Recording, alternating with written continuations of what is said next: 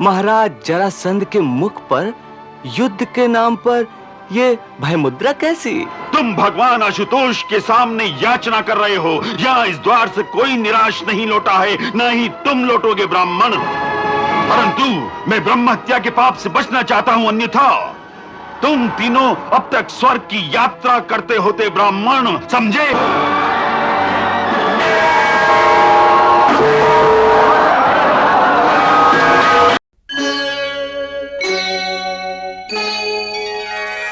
दो महान राज्य हैं, उनको अपने अधीन करना परम दुष्कर कार्य है। एक है हस्तिनापुर और दूसरा मगध। क्या ये दोनों महान शक्तियां सहज में ही आपकी अधीनता स्वीकार कर लेंगी? तो फिर मगध राज को मेरी गदा के लिए निश्चित कर दीजिए। इस परिस्थिति में जहां हमारा कार्य नीति से चल जाए, वहां हमें नीति का ही सहारा लेना होगा, और जहां युद्ध अपरिहार्य हो, वहां हमें पूरी शक्ति के साथ आक्रमण करना होगा। यही राजनीति है महाराज। आपके इस कथन से मैं भी सहमत हूं मधुसूदन। महाराज, हस्तिनापुर तो आपके परिवार में ही गिना जाता है, इसलिए उसे आपको पारिवारिक भावनाओं की सहायता से ही जीतना होगा। और मगधराज जरासंध? वो युद्ध प्रिय है और उसे मारना भी सरल नहीं है भीम। उसने भगवान शिव से अनेक दिव्य शक्तियां ले रखी हैं। अच्छा? और महाराज, उसने अपनी भुजाओं के बल से आर्यावर्त के 86 राजाओं को बंदी बना रखा है। उन सबको उसने एक कंदरे में कैद कर रखा है, और जब उनकी संख्या पूरी 100 हो जाएगी, तब वो उन सब की बलि चढ़ा देगा। तो इसका अर्थ यह है कि यदि हम अकेले एक जरासंध को परास्त कर लें, तो उसके बंदी 86 राजा स्वयं ही हमारे अधीन हो जाएंगे? निश्चय ही, परंतु इंद्रप्रस्थ के पास इतनी बड़ी सेना ही नहीं है कि मगध राज्य पर आक्रमण करके उसे हराया जा सके। तो फिर इसका उपाय क्या है मधुसूदन? उपाय तो एक ही है। वो एक वीर है। अगर उसे द्वंद्व युद्ध के लिए ललकारा जाए, तो वो कभी इनकार नहीं करेगा। इसलिए मल्ल युद्ध में ही उसे परास्त किया जा सकता है, क्योंकि उसका शरीर 2 टुकड़ों से जुड़कर बना है। मल्ल युद्ध में उसके शरीर के 2 भाग करके अलग अलग फेंक देना होगा, तभी वो मारा जा सकता है। और मेरी दृष्टि में यह कार्य केवल भीम ही कर सकते हैं। तो भीम को जाने की अनुमति है? नहीं महाराज, यह कार्य हम मिलकर करेंगे, इसलिए भीम और अर्जुन दोनों को मेरे साथ जाने की अनुमति दीजिए। आपके साथ रहते इन दोनों की अवश्य ही विजय होगी यदुकुल भूषण। पार्थ, जरासंध आशुतोष भगवान शंकर का मस्तकाभिषेक प्रतिदिन करता है।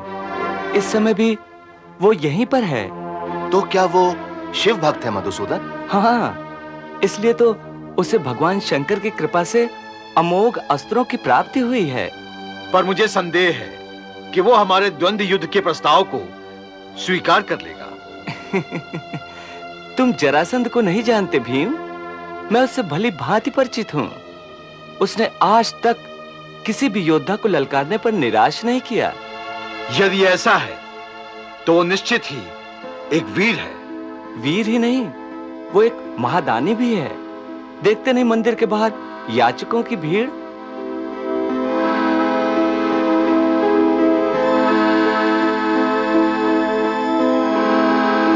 तो क्या वो इन सबको संतुष्ट करेगा? निश्चय ही पार्थ, और हमें भी इन्हीं याचकों की भीड़ में जाकर खड़े हो जाना पड़ेगा। तो चले।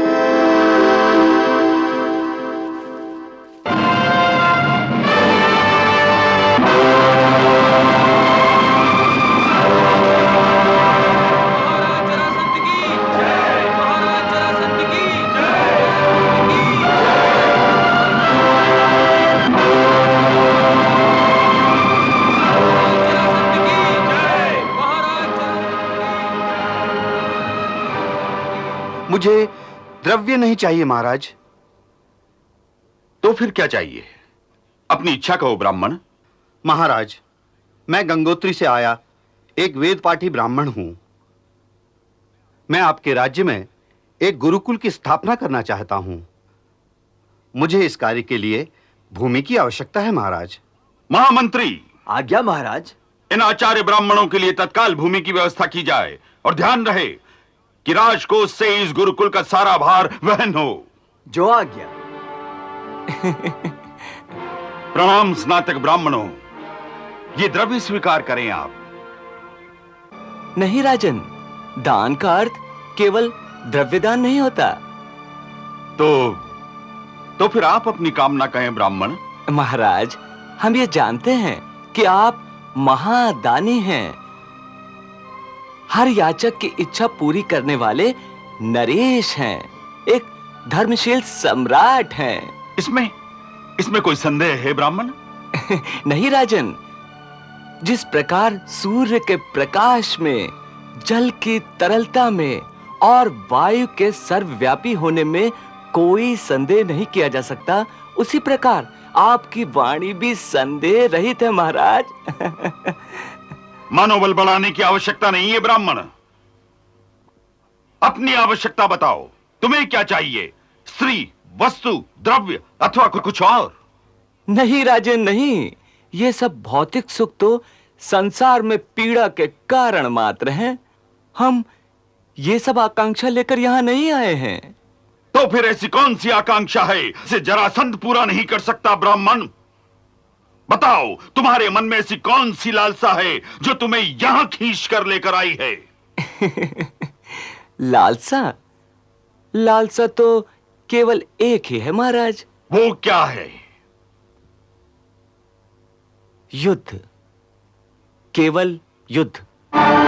युद्ध? युद्ध, वो भी जरासंध से? निश्चय ही महाराज, हम लोग आपसे द्वंद युद्ध की इच्छा लेकर आए हैं। बोलो, स्वीकार है? अरे क्या मतीय भ्रम के शिकार हो गए हो ब्राह्मण, जो महाराज जरासंध जैसे महाबली से युद्ध करना चाहते हो? तुम लोग शांत रहो याचक।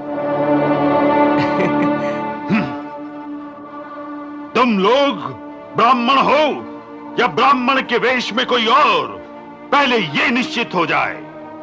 इस समय द्वंद युद्ध की आकांक्षा करने वाला मैं केवल एक योद्धा हूं। परंतु द्वंद युद्ध समान योद्धाओं के बीच संभव है। जरासंध जैसे पराक्रमी योद्धा के विपक्ष में लड़ने वाले योद्धा का कुल, गोत्र और वंश का तो ज्ञान होना चाहिए ब्राह्मण। राजन, ये कैसा धर्म पालन है? ये कौन सी मर्यादा है कि एक दान वीर के सामने याचक को अपना परिचय भी देना होगा?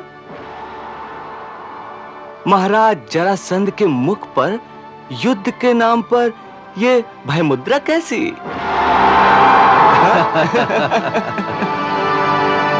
ये भय मुद्रा नहीं है ब्राह्मण, कतई भय मुद्रा नहीं है। तुम भगवान आशुतोष के सामने याचना कर रहे हो। यहाँ इस द्वार से कोई निराश नहीं लौटा है, न ही तुम लौटोगे ब्राह्मण। परंतु मैं ब्रह्म हत्या के पाप से बचना चाहता हूं, अन्यथा तुम तीनों अब तक स्वर्ग की यात्रा करते होते ब्राह्मण, समझे? समझा। महाराज, आप तो हमारे इस वेश से भयभीत हो रहे हैं, परंतु ये वस्त्र तो हम कभी भी त्याग कर सकते हैं। द्वंद युद्ध तो भुजाओं के बल से लड़ा जाता है राजन। तो क्या तुम अब तक जरासंध की भुजाओं के बल से अपरिचित थे ब्राह्मण? मेरे कारागार में बंदी 86 राजाओं को मेरे बाहुबल का परिणाम ज्ञात हो चुका है ब्राह्मण। वो मृत्यु की प्रतीक्षा कर रहे हैं। अच्छा है ब्राह्मण, तुमसे एक संख्या और बढ़ जाएगी। हाँ, मुझे ज्ञात है। अत्याचार और अभिमान की इसी पराकाष्ठा ने उन राजाओं को अमानवीय यातनाएं भी दी हैं। मुझे यह भी ज्ञात है कि उनकी स्त्रियों को बलात् तुम्हारे महलों में रखा गया है। क्या यह अपराध नहीं है महाराज जरासंध? नहीं ब्राह्मण, कतई नहीं। मैंने इन सभी नरपतियों को युद्ध से जीता है। मेरे विचार से जो क्षत्रिय बाहुबल से हीन है उसे शासक होने का अधिकार कदापि नहीं है, समझे?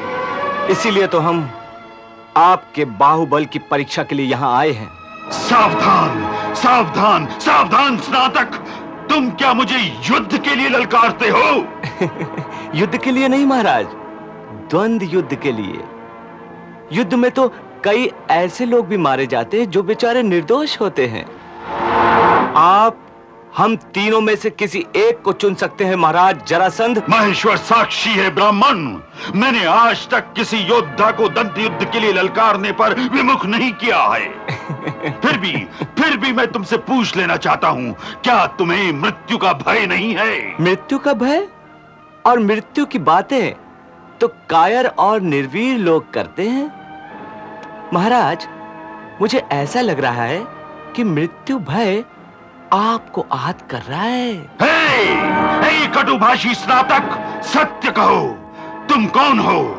तुम कोई भी हो, पर निश्चित रूप से ब्राह्मण नहीं हो। ये भी पता चल जाएगा। हम कोई पहली बार तो मिल नहीं रहे। क्या कहा? तुम हमसे पहले भी मिल चुके हो, परंतु कहां ब्राह्मण? वहीं मथुरा में। मथुरा में? हाँ, मथुरा में। तुम्हारे दामाद कंस की मथुरा में। क्या इतनी शीघ्र भूल गए जरासंध? मैं वही यदुवंशी कृष्ण हूं। कृष्ण? कृष्ण? हाँ, कृष्ण। और ये हैं पांडुपुत्र भीम, और ये हैं अर्जुन।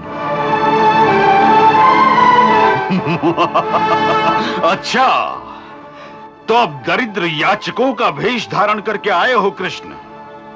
अगर तुम अपने सहज भेष में भी आते ना कृष्ण, तो जरासंध पीछे नहीं हटता। मैं तो पहले ही संदेह में था कि क्षत्रियों जैसे गठीले शरीर और धनुष की डोरियां खींचने वाली ये उंगलियां कदापि ब्राह्मणों की नहीं हो सकती। भेष बदल कर आने से तुम्हारे मन में छुपी किसी कुटिलता का आभास होता है कृष्ण। कुटिलता रही होती तो तुम्हें द्वंद्व युद्ध के लिए नहीं ललकारता जरासंध। तुम क्या मुझे द्वंद्व युद्ध के लिए ललकारोगे कृष्ण? गुजरातरा के युद्ध में भाग चुके हो तुम। मैं एक भगोड़े को मारकर कलंकित नहीं होना चाहता हूं कृष्ण। तो फिर इन दोनों में से किसी का चुनाव कर लो।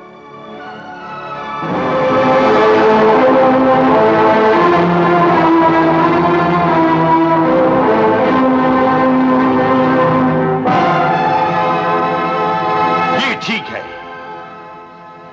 परंतु ये दुर्बल शरीर वाला अर्जुन, ये क्या मेरा सामना करेगा? मेरे एक मुष्टि प्रहार को सहन करने की क्षमता वाला भी नहीं लगता। हाँ, हो सकता है युद्ध में भीम कुछ क्षण जी ले। ये तो समय ही बताएगा कि कौन कुछ क्षण जी सकता है जरासंध। द्वंद्व युद्ध के लिए तुम वचनबद्ध हो चुके हो। पहले जाओ और अपने स्त्री कुल से अंतिम भेंट कराओ, और एक बार अपने राशि के भी दर्शन कराओ, ताकि मरते समय तुम्हारी कोई कामना शेष न रह जाए। भीम! उत्तेजित न हो राजन, मैं तुमसे द्वंद्व युद्ध के लिए तैयार हूं, और तुम्हारे राजमहल के सामने वाले चतुष्पथ पर मैं तुम्हारी प्रतीक्षा करूंगा, ताकि तुम्हारे मरण का महोत्सव तुम्हारे नगरवासी भी देख सके। भीम, मैं भी तुम्हें वहीं यम का द्वार दिखाऊंगा, समझे? हाँ।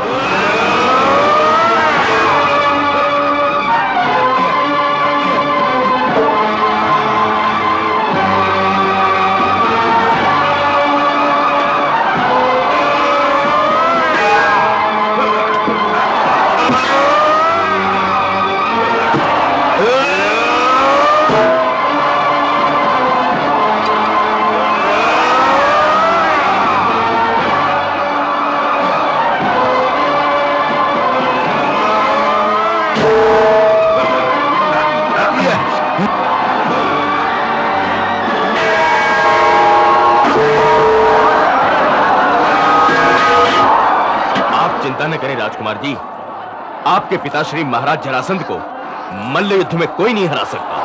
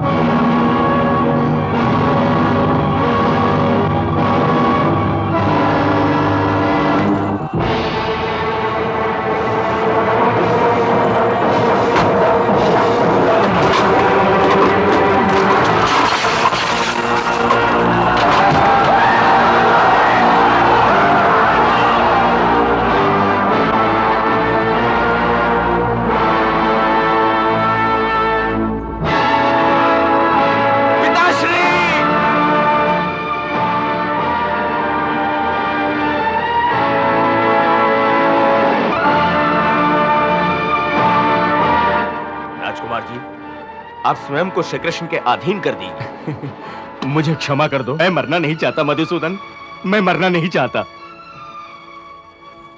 डरो मत पुत्र सहदेव, डरो मत। मैं तो केवल दुष्टों को ही दंड देता हूं, तुम तो निरपराध हो। लो, आज से तुम मगध के सम्राट हुए। जाओ और जाकर अपने पिता के अंत्येष्टि का प्रबंध करो। जो आज्ञा प्रभु। जाओ जरासंध, मेरे सम्मुख मृत्यु होने के कारण तुम भी स्वर्ग के अधिकारी हुए।